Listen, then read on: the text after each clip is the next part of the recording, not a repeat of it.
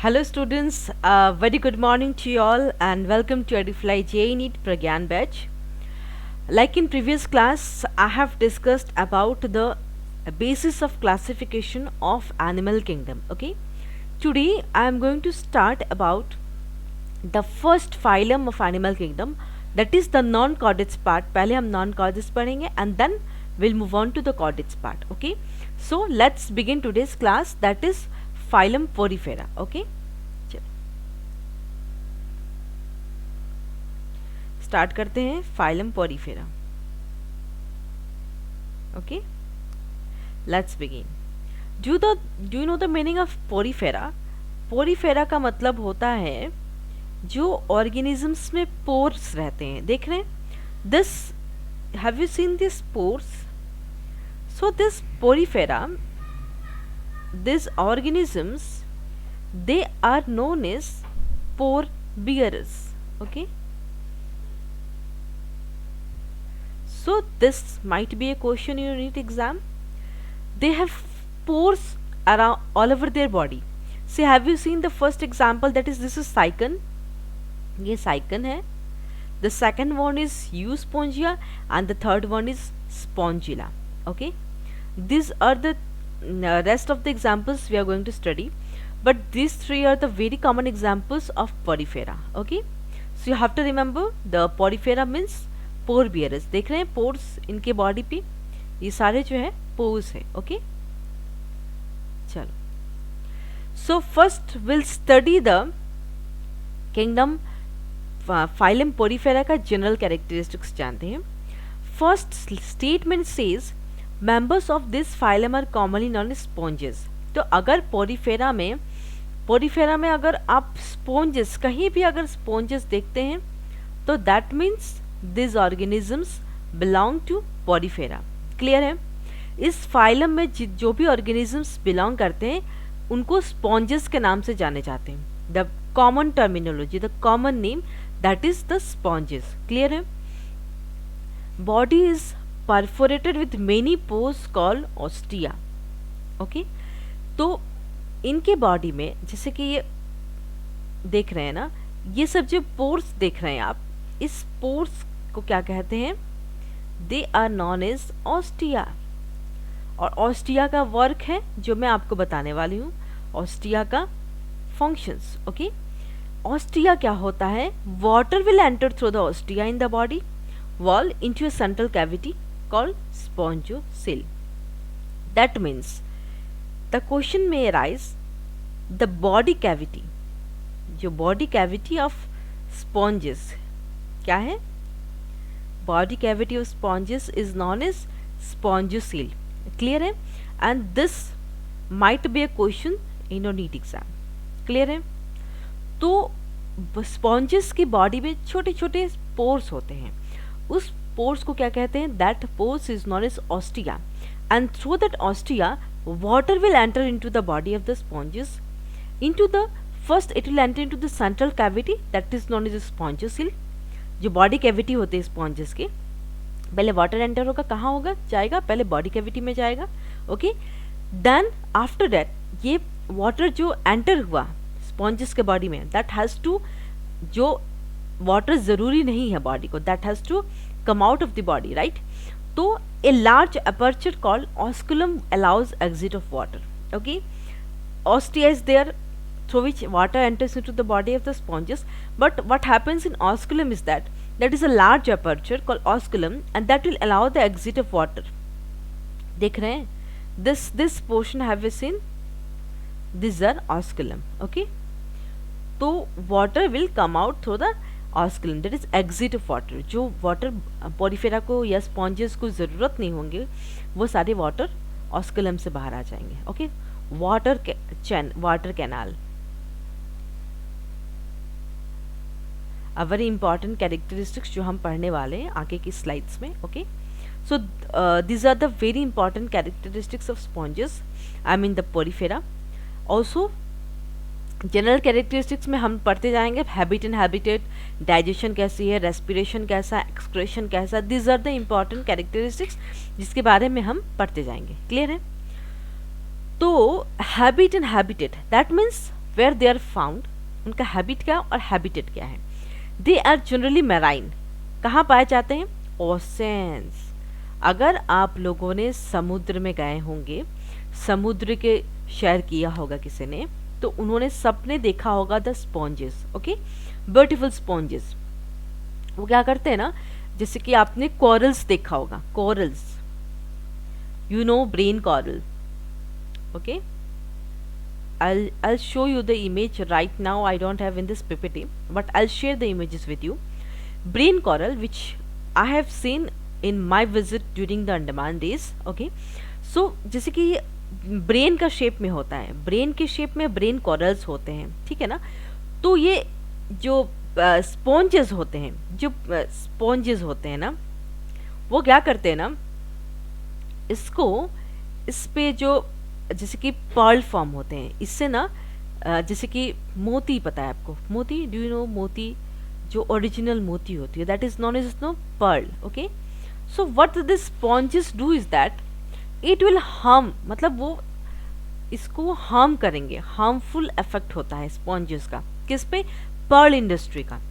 तो इसलिए स्पॉन्जेस थोड़ा बहुत हार्मफुल भी होते हैं, किसके लिए, कॉरल्स के लिए, और बेसिकली पर्ल इंडस्ट्री के लिए, ठीक है ना।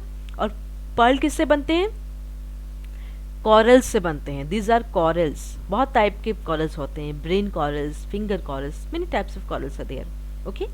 चलो, these are the harmful effects of sponges or the organisms that belongs to porifera। आगे बढ़ते हैं।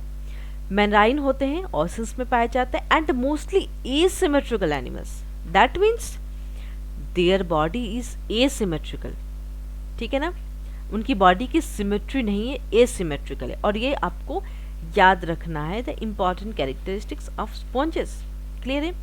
सम sponges are found in fresh water, ठीक है।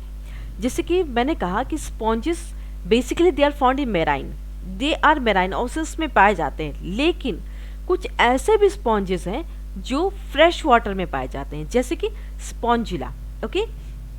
This name is very familiar and you have to remember, ये आपको याद रखना है, स्पॉन्जिला, फ्रेश वाटर स्पॉन्ज का नाम अगर आता है, then you have to say that is Spongilla, clear है। एडल्ट स्पॉन्जेस आर ससाइल और सेडेंटरी, ससाइल मतलब नो मूवमेंट, ससाइल मतलब, और सेडेंटरी मतलब एक ही जगह पे रहते, there is no movement, clear है। But the larvae are motile, जो उनका लार्वा होता है स्पॉन्जेस का, पहले लार्वा फॉर्म में होते हैं, फिर वो एडल्ट स्पॉन्जेस होते हैं, ठीक है। तो जो लार्वा स्पॉन्जेस होते हैं वो motile, that means they can move, clear है। And you know study of sponges क्या कहते हैं, स्टडी ऑफ स्पॉन्जेस को पैराजोलॉजी, इट्स पैराजोलॉजी, क्लियर है। For your information I am giving this, okay. चलो, ये भी हैबिट एंड हैबिटेट में ही है। This are primitive multicellular animals, okay. Primitive है, बहुत एंशियंट में से ही ये ऑर्गेनिजम्स एग्जिस्ट करते हैं, बहुत एंशियंट से, मल्टीसेलुलर है, okay, and have cellular level of organisation, मतलब that means they have cell aggregate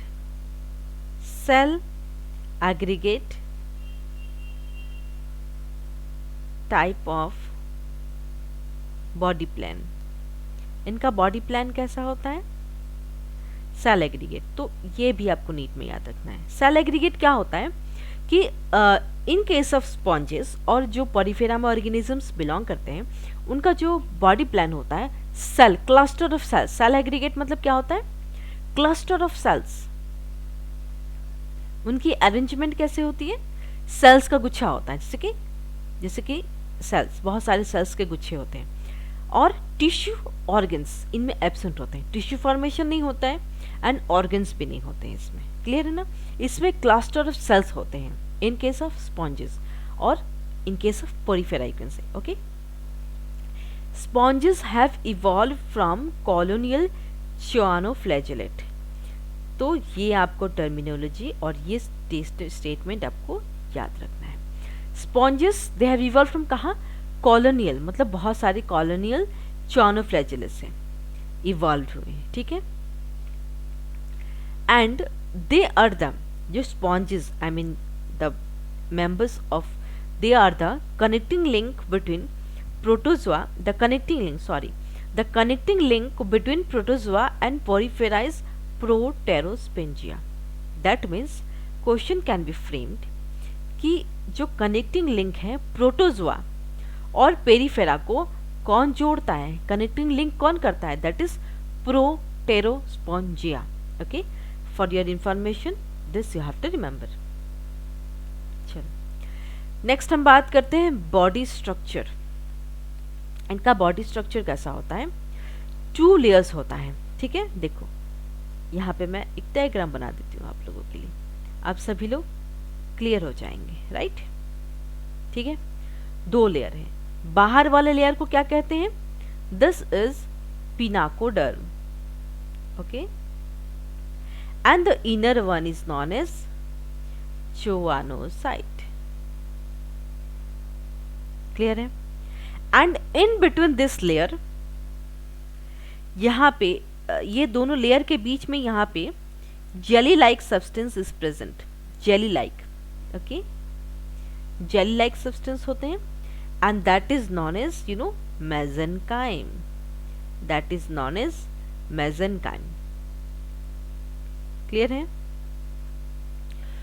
तो जो च्योनोसाइट्स होते हैं, दैट द इनर लेयर देख रहे हैं आप, this is च्योनोसाइट्स.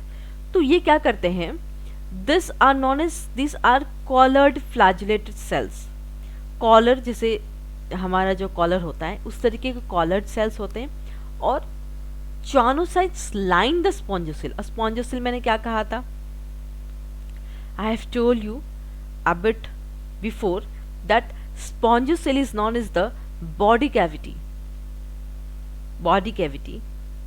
or you can say paragastric cavity.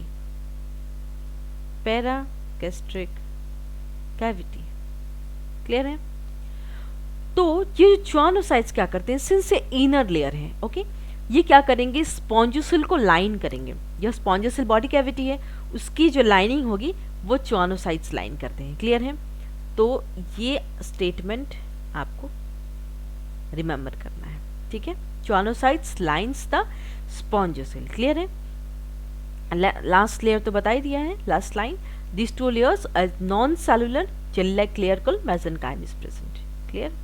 चलो अब हम बात करेंगे the third point, that is gas exchange कैसा होता है उनका. जैसे अभी मैंने कहा cell aggregate type of body plan होता है, प्रेजेंट होता है. इनमें कोई टिश्यूज नहीं होते हैं, there are no tissues present.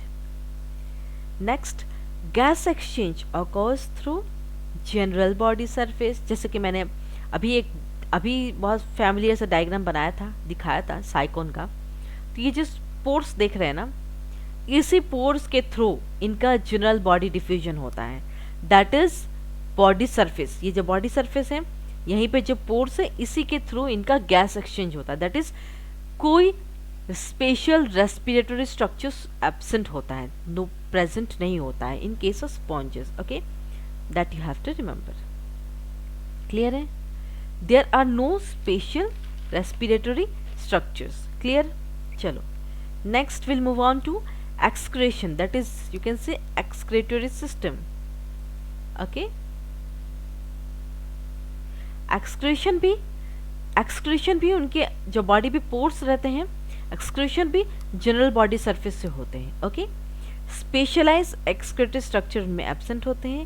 Excretory product क्या है इनका, ammonia. So they are known as ammonotelic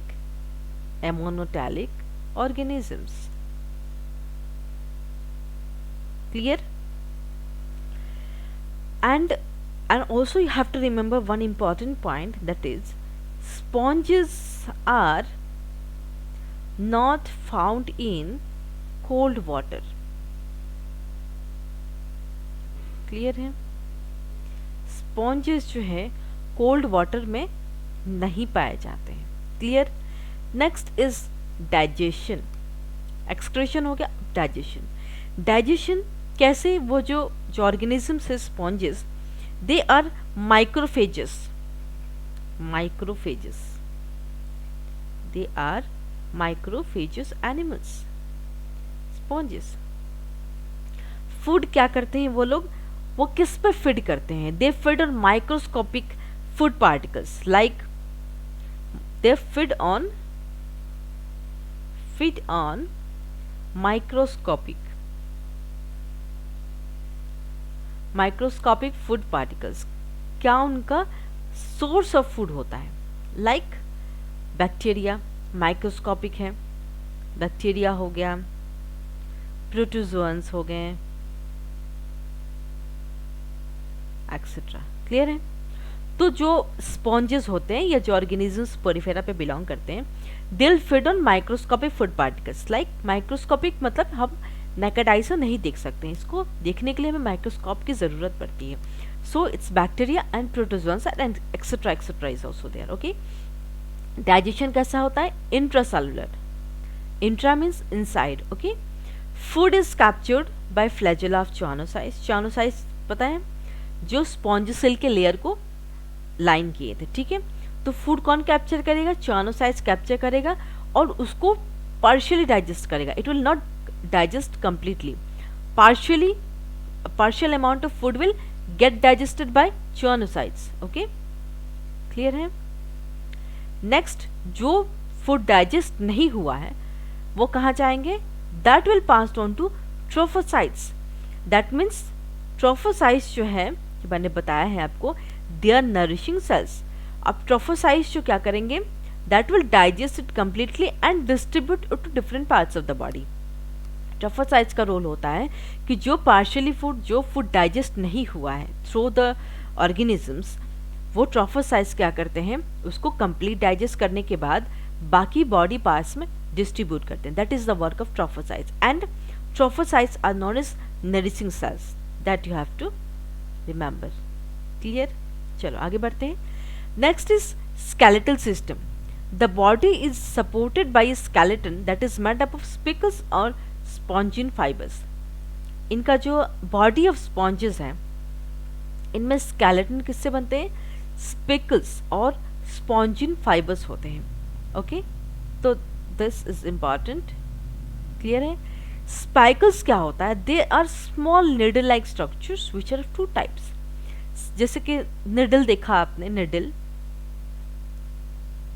needle की तरह स्ट्रक्चर्स होते हैं, दैट इज स्पिकल्स, और टू टाइप्स के होते हैं। एक होता है calcareous, that is made up of CaCO3, that is calcium carbonate,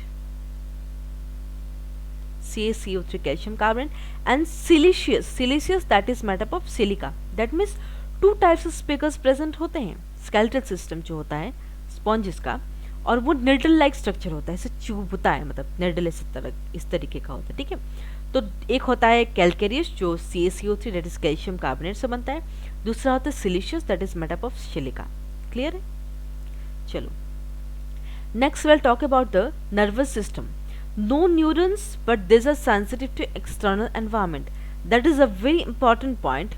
Nervous system इनमें develop नहीं रहता है, that means neurons absent होते हैं इनमें, neurons are absent, and but neurons absent होने के बावजूद they are sensitive to external environment. Okay, and you have to remember is that pinacocytes, these pinacocytes are contractile cells.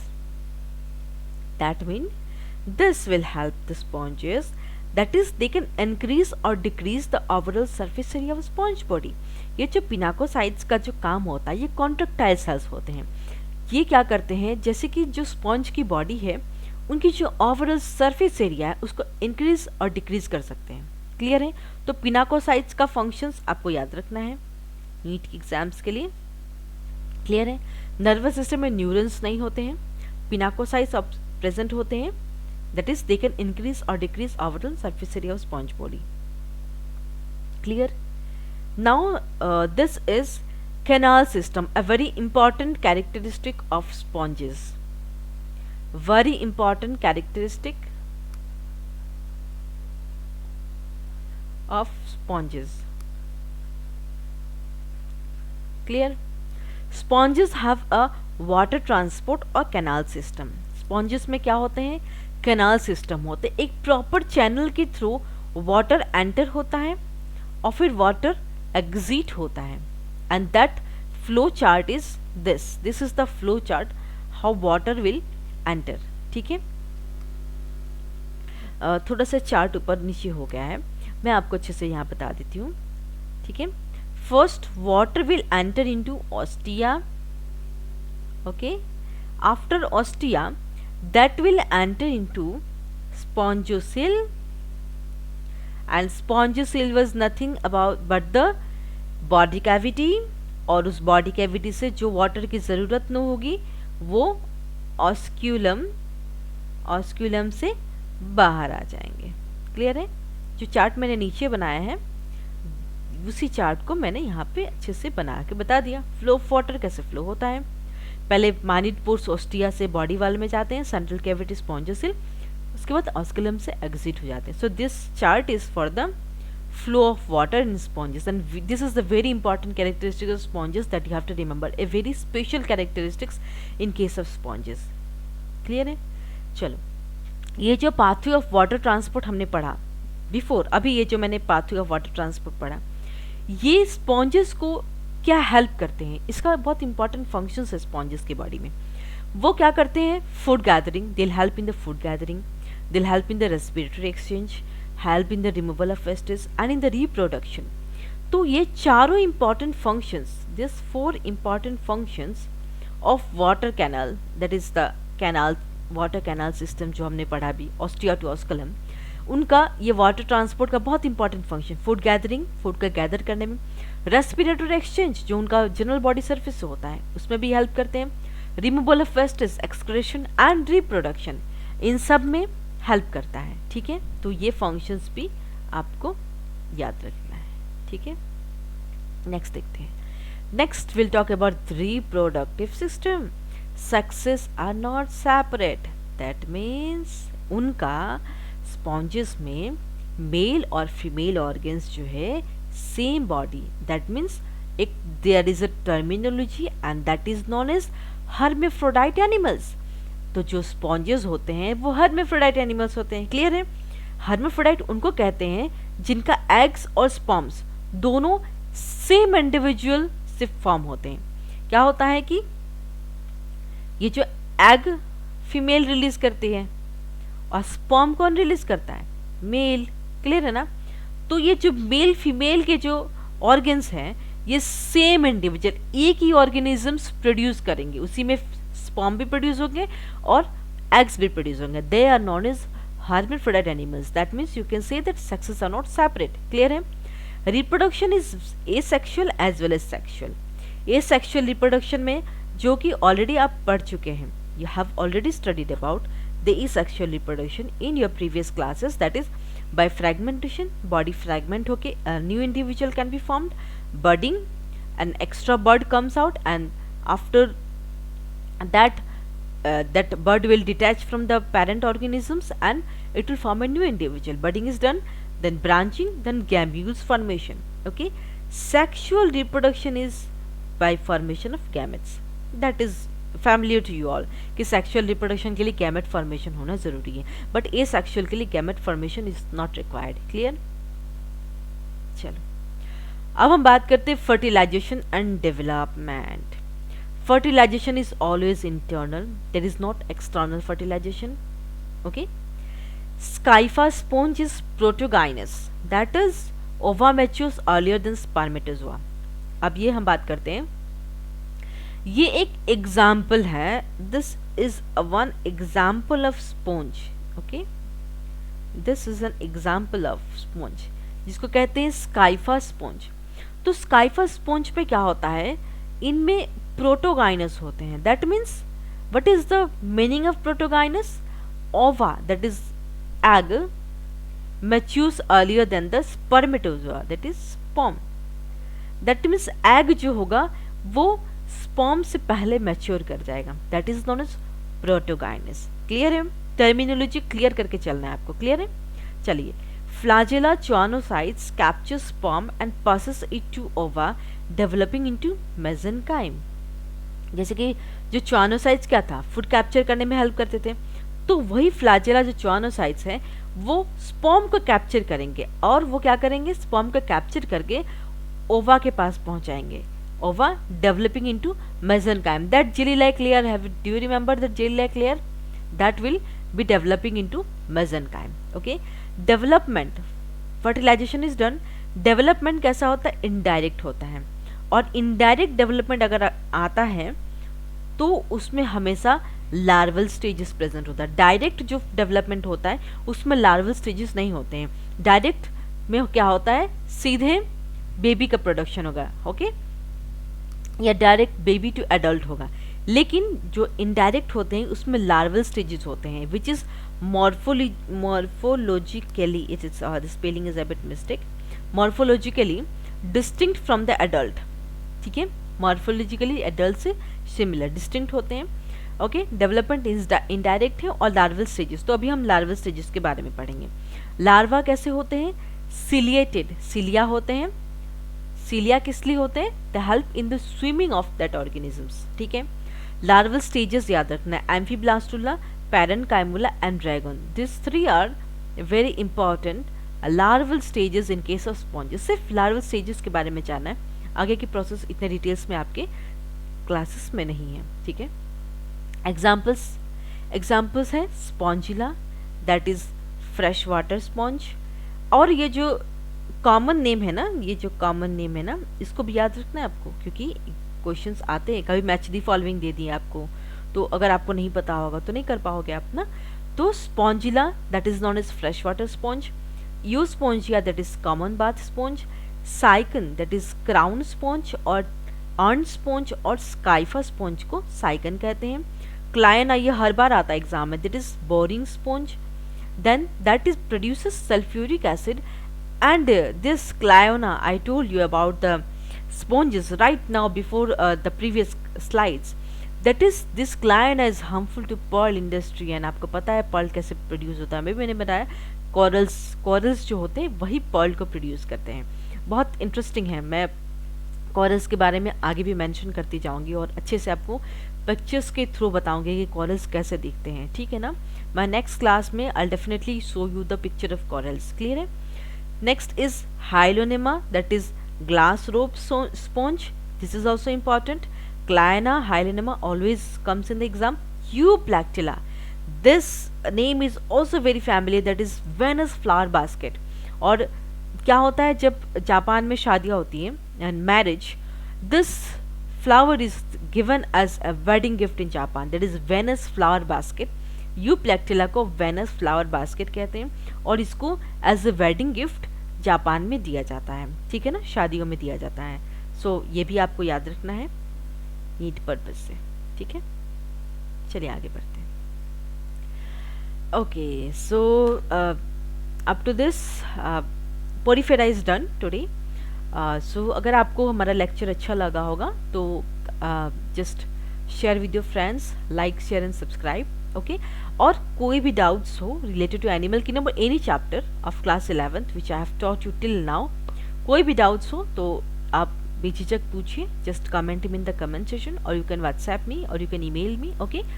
So with this I will conclude my class today. Thank you so much.